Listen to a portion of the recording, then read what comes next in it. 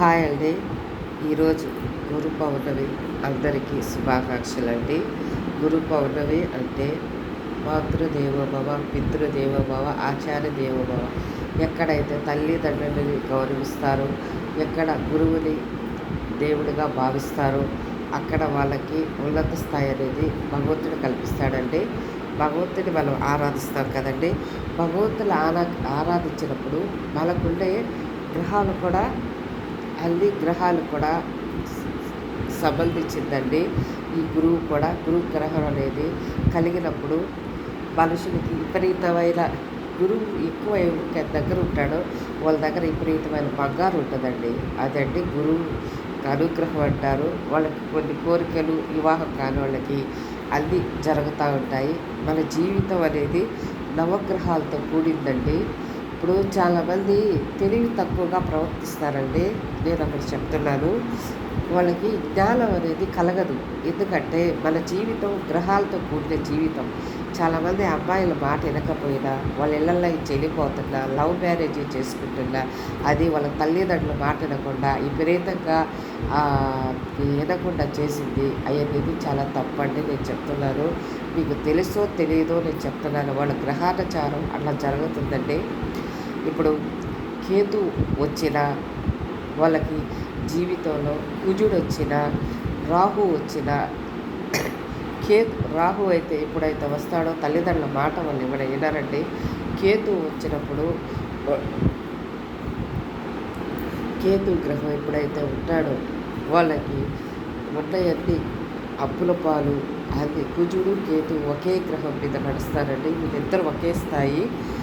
గురువు ఎప్పుడైతే ఉంటాడో ఆ గ్రహం అనేది అనుగ్రహించినప్పుడు వాళ్ళకి మొహంలో వెలుగు, అన్నీ సుఖశాంతులు అన్నీ ఉంటాయి.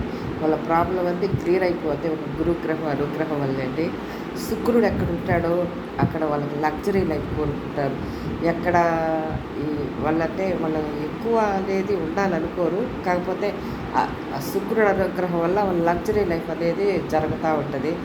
ఈ మానవ జీవితంలో జరిగేదే ఈ గ్రహాల మీద నడుస్తుందండి మన జీవితం. చాలామంది మూర్ఖులు అర్థం చేసుకోలేరు. ఇప్పుడు గులాబీ పువ్వు, ఈ దోసాని పువ్వు తెలుపులో ఉంటుంది. ఈ పూలలాగే మనకి ఈ గ్రహాల అనుగ్రహం కూడా ఉంటుందండి. గురువు అనుగ్రహం ఉండాలి, చంద్ర అనుగ్రహం ఉండాలి. చంద్రుడు ఉంటే మనశ్శాంతిగా ఉంటుంది. గురువు ఉంటే చంద్రుడు ఎప్పుడైతే ఒక మనిషిలో ఒక మహిళలో ఉంటాడో వాళ్ళ మొహం తేజస్లాగా ఎరిగిపోతుంది. చంద్రుడు ఎప్పుడైతే తగ్గుతాడో వాళ్ళకి మనశ్శాంతి లేకుండా అశాంతికి గురవుతారు. ఇప్పుడు కుజుడైతే ఎవరి దగ్గర ఉంటారో వారికి ధైర్యశాలి ఎక్కువ ఉంటుంది.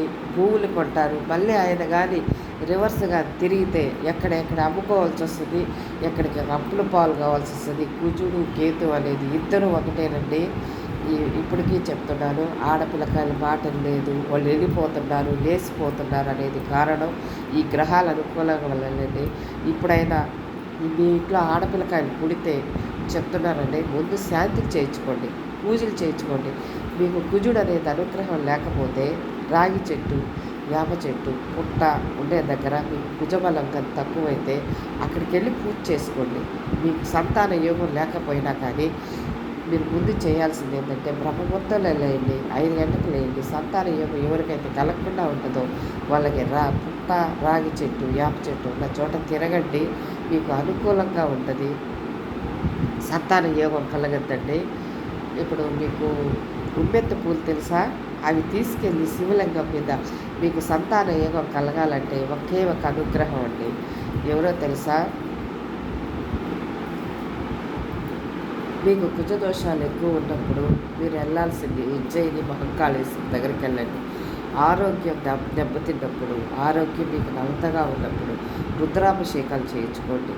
ఇప్పుడు త్రికోటేశ్వర స్వామి టెంపుల్ ఉంది కదా, గ్రహాలకి శాంతింపజేసేది ఒక త్రికోటేశ్వరుడే. గ్రహాలన్నింటినీ వైదొలిగించేది ఆయన. గురువు అనుగ్రహం కావాలంటే సుబ్రహ్మణ్య స్వామి. ఇప్పుడైతే గురువు అనుగ్రహంతో మన జన్మ ధన్యమవుతుందో అప్పుడే మనిషికి ఆరోగ్యం అన్నిటికీ బాగుపడతాయండి. గురువు అనుగ్రహం కావాలంటారు దేనికైనా కానీ. గురు మహాదశలో పుట్టిన వాళ్ళు వాళ్ళకి ఇన్ని సంవత్సరాలు గురు మహాదశలు ఉంటుంది. 18 సంవత్సరాలు ఉండొచ్చు, 19 సంవత్సరాలు ఉండొచ్చు. ఆ తర్వాత అన్ని గ్రహాలతో కూడినవి అన్నీ జరుగుతూ ఉంటాయి. ఆ గ్రహాలతో కూడినయే మన జాతకం. మనిషికి కావాల్సింది ఎక్కడ దైవ బలం, ఎక్కడ దైవ బలం ఉన్న మానవ బలం కూడా ఉండాలండి. ఒకే దైవ బలంతో కూడా మన కృషి ఉండాలా. దైవ బలం అనుగ్రహించినప్పుడే మనుషులకి ఆరోగ్యం, ఐశ్వర్యం అన్నీ కలిగేది. విరవేగత అహంకారంతో మాట్లాడితే అవన్నీ అణిగిపోతాయండి. నేను చెప్పేది ఏదైనా కరెక్ట్గా చెప్తాను. మనిషికి ఎప్పుడైనా కానీ గురు బలం అనేది లేకపోతే వాళ్ళకి కనక పుష్యరాగం ధరించండి. కేతువుకి రాహు ఉన్నప్పుడు వాళ్ళు మూర్ఖులు, ఇన్ని చెప్పినా వినరు. కేతు ఉన్నప్పుడు వాళ్ళకి రాహువు తెలివి తక్కువతనాన్ని ఇస్తాడు. కేతు విపరీతమైన తెలివిని ఇస్తాడు, గుళ్ళన్నీ తిప్పుతాడు. కుజుడు కూడా అంతేనండి, విపరీతమైన గుళ్ళు మనం తిరగాల్సి వస్తుంది. కేతు ఉన్నప్పుడు వాళ్ళు రివర్స్ అయినప్పుడు మనకు అన్ని ప్రాబ్లమ్స్ వస్తాయి. ఇది వాస్తవం అండి. ఎప్పుడైనా మానవ జన్మలో మీరు ఎన్ని మూర్ఖంగా ప్రవర్తించవాలండి. ప్రతిరోజు గుళ్ళకి వెళ్ళండి. గుళ్ళకి వెళ్ళి నవగ్రహాలకు శాంతులు చేయించుకోండి, పూజలు చేయించుకోండి. మన జీవితం అనేది నడిపేది భగవంతుడు. ఫస్ట్ మనం చేయించాల్సింది గుళ్ళకి నవగ్రహాలకు పూజలు చేయండి. తర్వాత గుళ్ళోకి వెళ్ళండి. ఫస్ట్ గ్రహాలను అనుగ్రహిస్తే దేవతలు కూడా అనుగ్రహిస్తారండి. మనం ముందు చేయాల్సింది గ్రహాలు అనుగ్రహించినప్పుడు దేవతలు కూడా అనుగ్రహిస్తారు. ముందు గ్రహాలకు పూజ చేయండి, తర్వాత దేవుడికి పూజ చేయండి. వీళ్ళు అనుగ్రహించినప్పుడే మనకి ఆస్తి కానీ ఐశ్వర్యం కానీ అన్నీ ఉంటాయి. కానీ అన్నీ ఉన్న ప్రాబ్లమ్స్ కొన్ని తగ్గుతాయి. మనం చేసే పూజ కొద్దీ ఏదైనా అనుగ్రహిస్తుంది. అమ్మవారికి పూజ చేస్తే మన రాతలు మారుతాయి. అంతవరకే. మనం అవి కొన్ని తప్పించేస్తుంది. అమ్మవారికి ఇప్పుడు శివుడికి రుద్రాభిషేకాలు చేస్తే సకల ఐశ్వర్యాలు, అపగండాలు అన్నీ పోతాయి అంటారండి. నచ్చితే లైక్ చేయండి, షేర్ చేయండి, సబ్స్క్రైబర్ చేయండి. ఈరోజు గురు పౌర్ణమి కాబట్టి గురువు గురించి చెప్తా, ఈ నవగ్రహాల గురించి కూడా చెప్పానండి. మన జీవితం నవగ్రహాలతో కూడిన జీవితం అండి ఇది. గ్రహాలు అనుగ్రహిస్తే మన జీవితం కూడా బాగుంటుందండి.